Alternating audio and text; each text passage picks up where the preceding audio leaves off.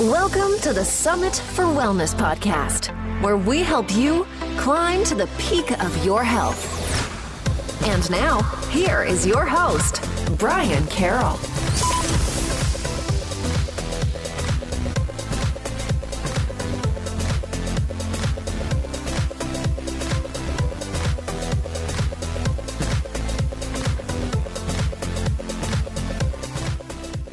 Hello, and welcome to episode 53 of the Summit for Wellness podcast. I'm your host, Brian Carroll, and today's episode is brought to you by Hana One, which is an Ayurvedic herbal blend that I love to use to help my body be able to adapt to various stressors and to keep my immune system up. I actually used Hana One just a couple weeks ago when I was on a mountaineering trip, and I was relying on it to help my body to adapt to different elevation points on the mountain, and it worked very well. If you look into their brand, you see a lot of different athletes using it, because it helps your body to adapt to different stresses of life, but also your intense workouts. So if you want to learn more, go to summitforwellness.com/HANAH. Okay, in this episode, I brought on Laurie Hammer, who focuses her practice on helping the brain chemistry of people, and she likes to use what is called Amino Acid Therapy, which is where they test different amino acids to see if it's what your body needs to be able to produce different neurotransmitters. So let's dive right into my conversation with Laurie, talking all about amino acids and how to use that for brain chemistry. Laurie Hammer studies psychology at the University of Nebraska at Omaha, but has always had a passion for nutrition and preventative holistic health options since overcoming bulimia and depression through dietary changes and amino acid therapy. She is now a passionate nutritional therapist and neuronutrient therapy practitioner and is helping a wide variety of clients with adrenal fatigue, depression, anxiety, eating disorders, autoimmune conditions, and much more. Thank you, Laurie, for coming onto the show. Thank you for having me. Laurie, I would love to dive into your background a little bit before we talk about amino acid therapy. So if you can kind of walk us through what got you to where you are today and let us know some of the health issues that you went through along that path. Okay. Well, back in 1996, I was had 12 years of bulimia. So I started when I was 12, and my friend and my nursing psychiatric teacher, when I was in nursing school, she sent me a recording because she knew I was having a lot of problems with the bulimia and depression and anxiety. Actually, she didn't send me a recording. She sent me an article, and it was out of a random GNC magazine, and it was on Julia Ross's clinic, Recovery Systems in Mill Valley, California, and it was on how amino acid therapy can help you overcome eating disorders, depression, and anxiety. So I called out there and got started in their program, went out there. It was an outpatient program. I had always had a passion for wanting to help people heal, and that's why I went to nursing school. But I found out that that wasn't actually the direction that I wanted to take. And then after I went out to Recovery Systems, I realized that I needed to take a different path. So I changed my major to psychology. And then kind of life got in the way after I finished the degree and didn't get my master's, and you can't really do much with a psychology degree without a master's degree. And then it came around to, I had celiac disease, so that was diagnosed when I was at Julia Ross's clinic. And so that led me on a path to eating healthier. You know, I grew up in a small town, and we canned our own stuff. You know, we grew our own meat, but we ate a lot of crappy food as well, you know, pot pies and mac and cheese and hot dogs. So I had to learn a whole new way of eating because all I ate and all I binged on was gluten and sugar. So, and back at that time, 22 years ago, there wasn't a whole lot of options. So I actually had to learn how to cook, which is good in the long run. And then in 2009, 2007. Sorry, I had to think when my daughter was born. 2007, I was diagnosed with a rare melanoma, and it was a level 4 out of 5, and it should have been everywhere in my body. But I was radically healed from that, and then I was led to several different holistic practitioners to help me rebuild my body and to prevent that cancer from coming back. And so that kind of sent me into a new paradigm as far as health is concerned, because I was the healthiest person I knew. But obviously I got cancer, so I needed to dig a little bit deeper into my own health. And that just set me on a path to discovering the Nutritional Therapy Institute, where I became an NTP.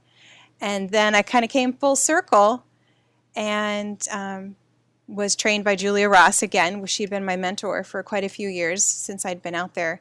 And then she said, hey, why don't you come teach for us, after I had received my certification and have been practicing for several years. So that's where I am now.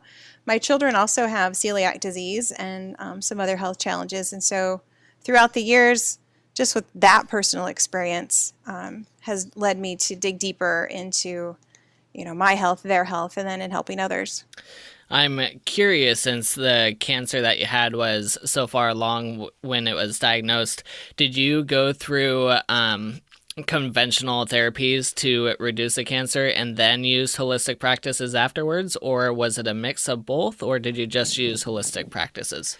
So I just used holistic practices, but I was healed before I even went to see a holistic doctor. So I believe that my faith took care of the cancer. Wow. So when I say I was radically healed, it had to do with what I believe. That's amazing. Yes, it was amazing.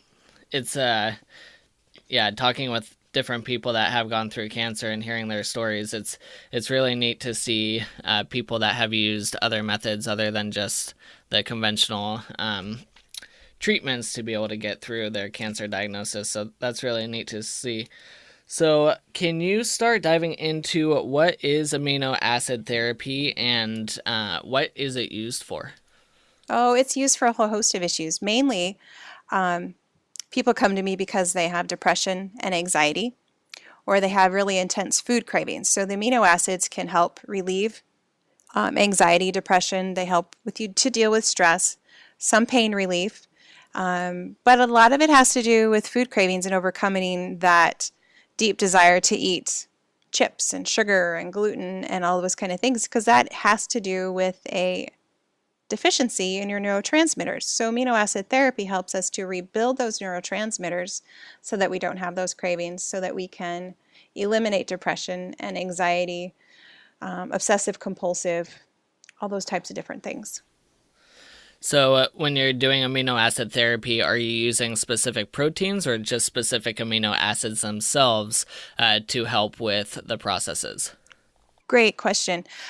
Everything, food is always the foundation of everything. So we're always going to make sure that people are able to eat really good protein sources, because that's where amino acids come from protein. And then we use targeted amino acid therapy to help rebuild those neurotransmitters. So it is multifaceted. But the therapy part comes from the therapeutic doses of L-tryptophan or GABA or those types of supplements. Well, can you start walking through some of the different neurotransmitters so people can understand this a little deeper? And how do the amino acids interact with these neurotransmitters? Perfect. So we have a lot of different neurotransmitters in our brain, and I'm just going to focus on 4 of them. Those are the 4 that I mainly focus on. So first one is going to be serotonin.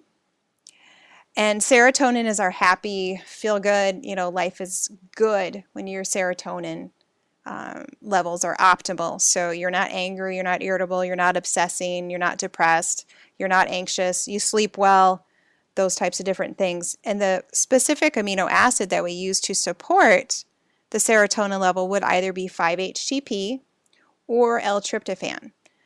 And so I would trial people to see which one of those they would respond the best to. And we do all the trialing in our office during either the first or second session with people.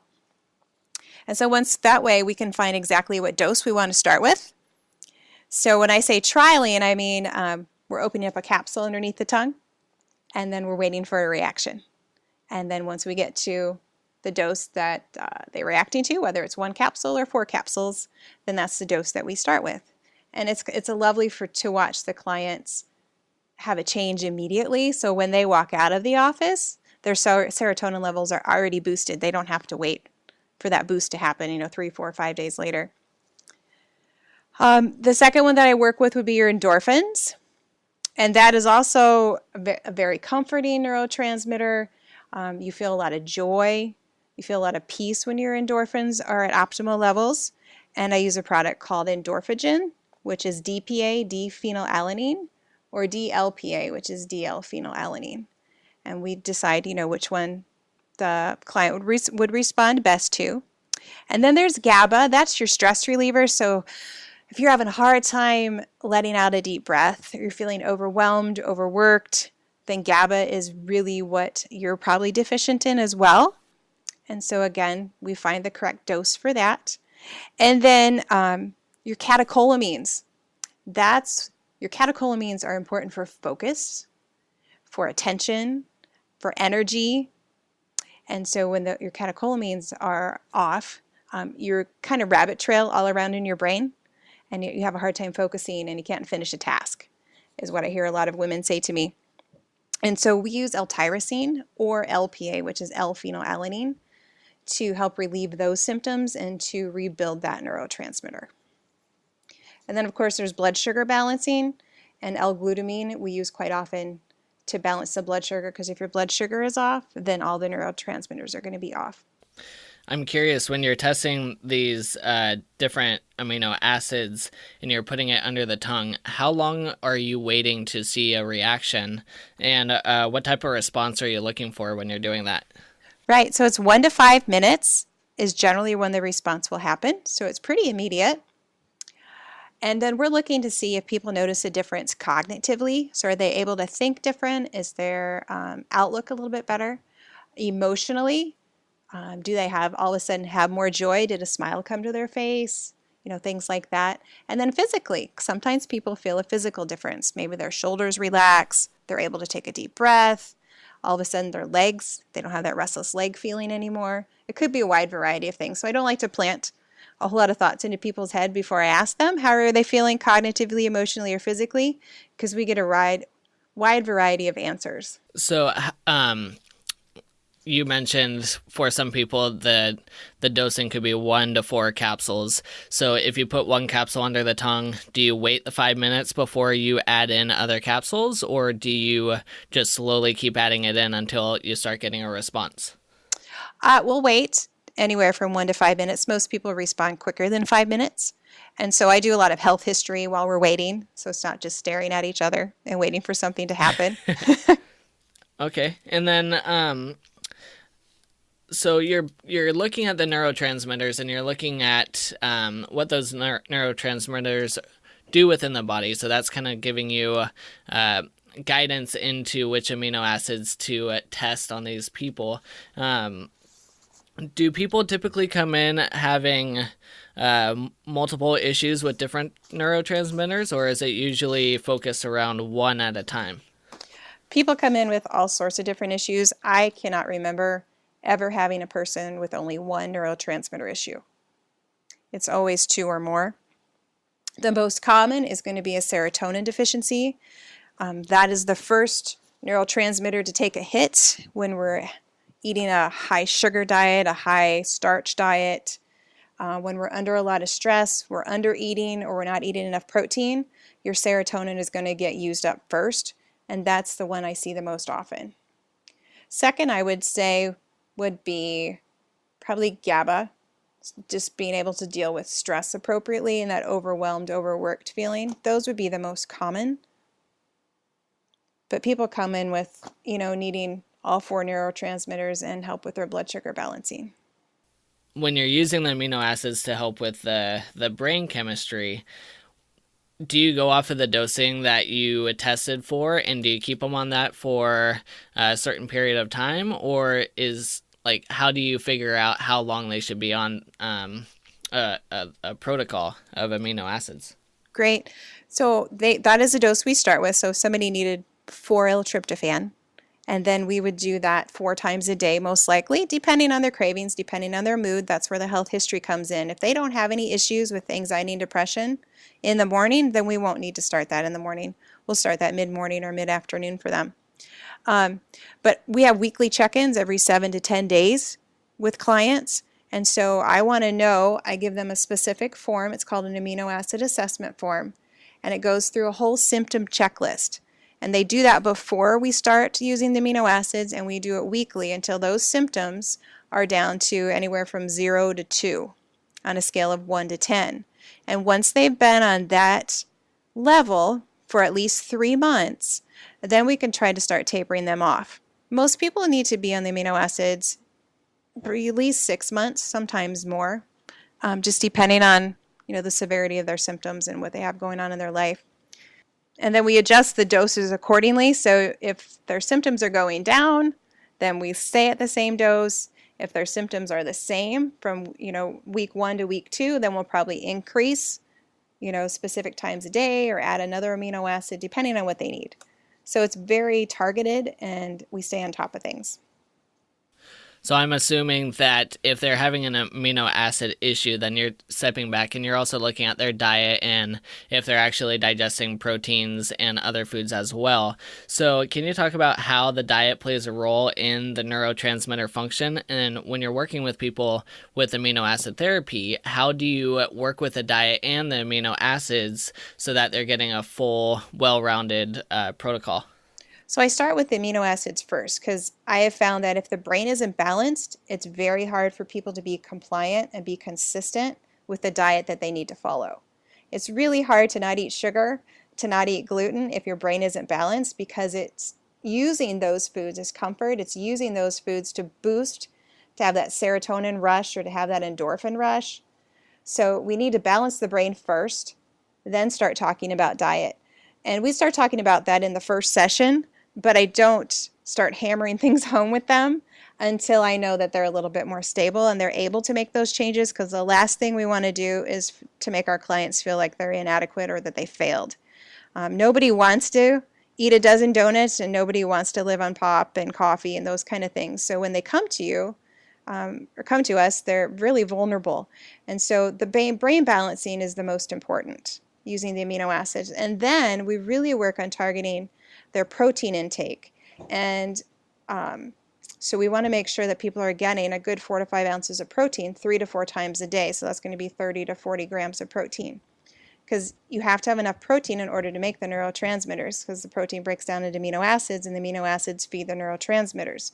So there's that whole process there. So if somebody is under eating in protein, there's no way they can sustain themselves off of the amino acids, and we don't want people to be on the supplements for a long period of time. That's not the goal. The goal is to rebuild and then to support their body through food. And then we really work on cutting down the starches and the sugars, because if they don't have cravings, then that's a really easy thing to do. Compliance isn't an issue. And then, of course, we work on good, healthy fats, and that feeds the brain. And that helps the body to repair, and the cell membranes, and all the host of things that go along with eating healthy fats, enough protein, and lots of good low carbohydrate vegetables. Yeah, that makes a lot of sense that you start with the amino acids first to help rebuild those neurotransmitters, because if you have someone that comes in depressed and you throw the amino acids and tell them to change their diet, and if they don't do something in that protocol perfectly, that could force them into a deeper depression. So because they feel like they can't do it. Or Right. If you have someone that comes in with anxiety, then it can seem like way too much, and that enhances anxiety. So that definitely makes sense to me that you would start with trying to rebuild the neurotransmitters first, and then they're able to be more compliant. So I really like the way that you approach that. Well, it works very well. Yeah, I'm sure. So how do deficiencies in neurotransmitters affect people's natural and unnatural appetites, and how can that give you more information into what they need? Right. So I like to say we have a natural mood and an unnatural mood. So our natural mood, our natural cravings, our natural diet desires would be things that nourish our body. That would be normal. So we look at a plate of food and go, wow, that looks really good. And we eat it and we're satisfied.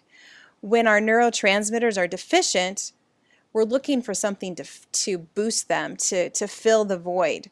And so then we're making poor food choices. And so that's an unnatural mood. That's an unnatural diet desire, an unnatural appetite. And so then people are going to lean towards carbohydrates, the starches and the sugars and the glutens and the grains and those kind of things that are going to give them a temporary boost in their endorphins and their dopamine and serotonin levels, but overall it's going to cause them to crash and send them into a deeper depression, and then that creates a false mood. So when the brain is balanced, I hear all the time from my clients that I didn't know that I could feel this normal. I'm reacting appropriately. I could walk past the brownies. I didn't pick up the candy at work, and I just wanted to eat my lunch, and when I was done, I was completely satisfied. And that's a natural appetite. That's the way that we're designed in the first place, is to have that natural, nourishing appetite and be done and move on. So I'm curious, so when you're doing amino acid therapy with people, can you do it starting at any age? So if you have some young kids coming in, are you still able to do it, or do you want to wait until they get to a certain point in their life? Right, so there's specific things that you have to be really cautious with kids, and you're still going to test the dosing on them. You wouldn't use 5-HTP with a young child because their brain is still developing, and so L-tryptophan can be converted into many different things in the body, and so it's more readily usable, as 5-HTP is only converted into serotonin. But for most part, you want to be careful with babies. You don't give babies GABA or really tyrosine for the most part. It really depends on the child and what you're able to test them on. The youngest person that I have personally worked with was 5. And we worked on their catecholamines and we worked on their serotonin levels, and that's really all they needed. And then I have 75-year-olds that come in. So we have a wide range and a lot of wide variety in the needs as well. So it's just being cautious. You don't want to use 5-HTP or L-tryptophan if the child is on an SSRI. And you want to be careful if they're on other mood-enhancing drugs. So just be really specific and cautious depending on the child. That was going to be my next question, is how do you do amino acid therapy with people that are on meds of any kind for mental health issues? So how are you able to navigate that realm and be able to work with that? Right. So if they're on an SSRI, we can use the amino acids the specific ones for serotonin, L-tryptophan, or 5-HTP, as long as it's 6 hours away from the SSRI. And then if somebody is on 2 SSRIs or more, then we are not going to use the L-tryptophan or the 5-HTP. And they do need to work with their doctor. We do require that if they're wanting to taper off. So we do not taper anybody off of those. They have to work specifically with their doctor, and they need to know exactly what we're doing with them. The other amino acids they don't have quite as many precautions, but there are some specific medications that you want to be extra cautious with. Benzodiazepines would be one that we're extra cautious in how we dose and when we dose. But it can be done, and we always want every client who is on those to make sure that they're working with another practitioner who has dosed their medication for them. Do you find that there are some practitioners that are easier to work with when doing amino acid therapies compared to other practitioners? Yes, there are. But in the long run, everybody wants the client to get better, right? So you don't have a whole lot of resistance. And if you find a doctor that doesn't want to work with amino acid therapy, then you just go find another one. And the second one's always better, if that ever does happen. So very few instances has a client not been able to work with a doctor. Oh, that's good to know. It is. Is there anything else that you would like to touch on with amino acid therapy and make sure that my listeners understand it a little bit more and how it can help with different symptomology? Oh, gosh. So that's a loaded question, Brian. What do I want them to know? Because there's so much. Just for everybody to know that if you're a diabetic, the amino acids work really well for diabetes because it helps to cut those sugar cravings. So just for example, I have a couple diabetic clients, and the type 2 client has been able to get off of their medications completely because we've controlled the cravings. And so they don't have the insulin spikes. And it was just, even on L-glutamine, I had one client who came to me and he said, I went from an A1C of 8 down to 5.2, and that was just in a matter of 3 months. So that was a big deal for him, and he was on quite a bit of medication, and he had been tapering off of it. There's a lot of conditions of that nature that some people are generally a little bit hesitant to use supplements for or amino acids with, and I want to tell you that as long as you're working with a qualified practitioner, you can do that in a very safe manner. And so since the diabetes epidemic, 70% of Americans are obese, or overweight, I should say, and 30% of those people are diagnosed with obesity, our diabetes epidemic is almost going to be 1 in 2, right? So we have a lot of work to do as practitioners to help those people balance their brain chemistry so that we can get them off of their medication, with their doctor's help, of course, or prevent them from being on medication and live a longer, healthier, more productive life. So that's one instance where, people think, oh, it's just mood balancing. Well, it is mood balancing, but it's also learning how to balance your blood sugar through monitoring those moods and just squelching those cravings. So it all works together. Do you ever use amino acid therapy along with something like the ketogenic diet to help get more energy into the brain instead of focusing on glucose? Yes. The ketogenic diet works beautifully for quite a few of my clients, along with the amino acid therapy. We tend to lean a little more towards the paleo keto type of diet with people. We call it the hunter or herder, depending on your body type and your needs and those kind of things, what we suggest that you take out. Some people need to take out fruits. Some people need to take out all grains. Some people need to take out dairy. So it just depends on the person. But the ketogenic diet works well for a wide variety of my clients. All right, Laurie, is there anything else that you would like to touch on before we wrap up here? No, I think that's great. I appreciate you having me on. Thank you. Awesome, Laurie. Well, people can find you at your Facebook page. It is facebook.com/NTP Laurie Hammer, and I'll have links to that in the show notes at summitforwellness.com/53. And you will be having a new website up here real soon, and that will also be in the show notes when it is live. And you also have your direct phone number that people can contact you at, and that will be in the show notes as well. Thank you, Laurie, for coming on. I appreciate you talking about amino acids. It's a very fascinating topic and something that I actually haven't learned a whole lot about. So thank you so much for coming on. Thank you for having me. Well, there you have it, folks. Amino acid therapy could be a very good option if you are having any kind of issues with your neurotransmitters.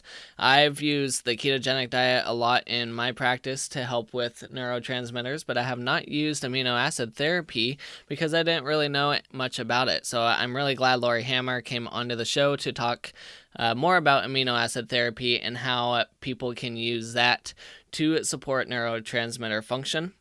In our next episode, we are going to have Christy Slonaker, who works with a lot of the older population. So she works with them with movement and nutrition. So she's coming on to talk about different ways to get nutrients into the older population, because a lot of them come from a background where they don't get very much healthy nutrients into their bodies. So that episode is very much for family members to listen to, and then they can try to give different options to the older people in their lives. So if you are working with any kind of elderly people in your family, then that is definitely an episode that you want to listen to.